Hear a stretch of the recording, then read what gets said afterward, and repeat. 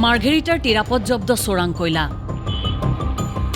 কয়লা জব্দ মহকুমা প্ৰশাসনৰ টিকক বমগাৰা টিপঙত প্ৰশাসনৰ অভিযান চলিছিল লালপাহাৰ বালিজান অঞ্চলতো বালিজান লালপাহাৰ টিপঙত জব্দ বৃহৎ পৰিমাণৰ কয়লা কিছুদিন পূৰ্বে বিধানসভা কমিটিয়েও জব্দ কৰিছিল অবৈধ কয়লাৰ অবৈধ কাৰবাৰৰ বিৰুদ্ধে সৰব হৈছিল বিধানসভা সমিতি ইয়াত আমি বিভিন্ন অঞ্চলত ইনস্পেকশ্যন কৰিছোঁ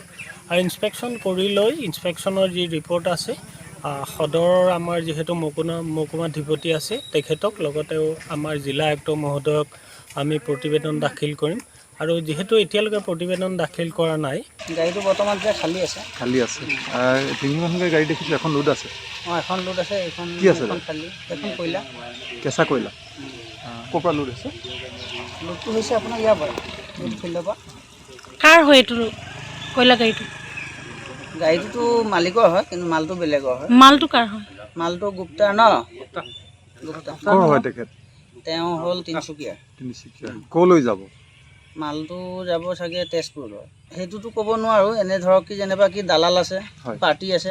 আমি পাৰ্টিৰ পৰা দালালৰ লগত কথা পাতি আহিছোঁ ইয়ালৈ যে আমাক দালালে পঠিয়াইছে